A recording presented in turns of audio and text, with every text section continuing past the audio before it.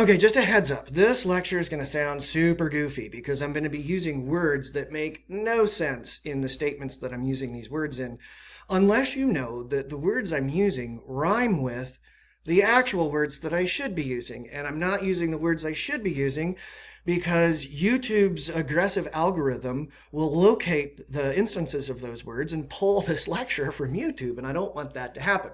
All right, so Goldman offers us this idea of plain sex, or what I'm calling casual sex. It's this idea that there's nothing intrinsically or inherently ethical with regards to sex, and that we can think about the ethical guidelines that guide our sexual interactions with other people in the same way that we think about our other interactions with people, right? And so he suggests this idea that we should be thinking about sexual ethics in the same way that we think about business ethics.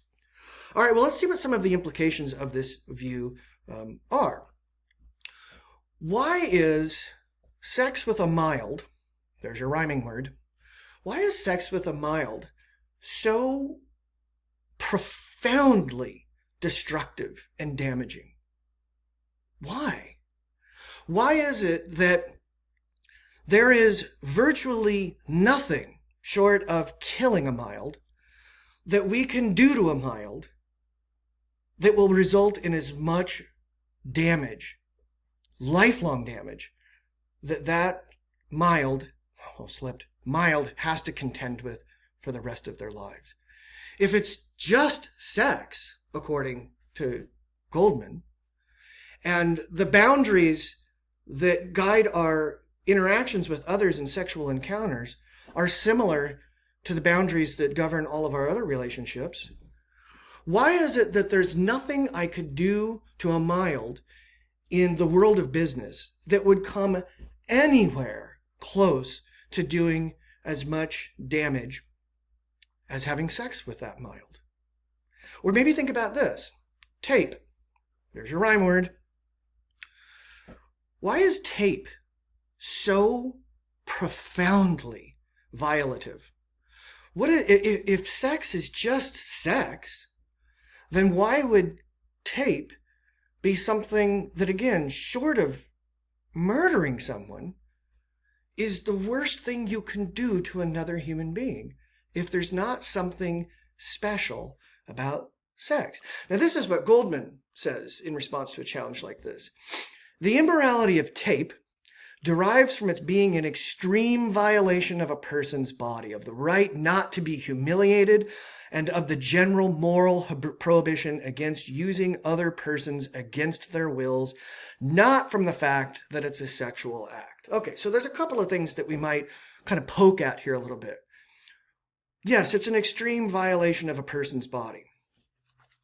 Does extreme really get it?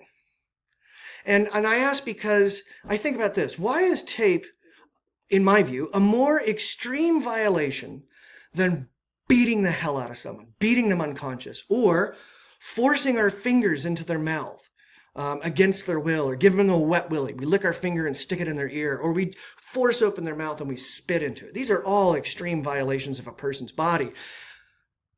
And certainly part of what makes those things wrong is that we're using these other people against their wills, right? They're not consenting. And what Goldman seems to be claiming is that tape is similar in that way. And I would ask, is it? So think about it this way. In your judgment, what's a more extreme violation? Tape or forced amputation of your finger? If you had to pick one, which is worse? And so the question that we should grapple with is this, well, is Goldman right that sex is morally neutral as he claims?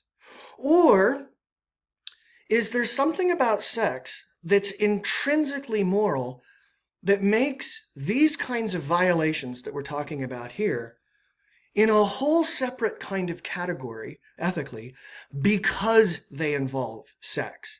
And if so, what is it about sex that makes it unique ethically?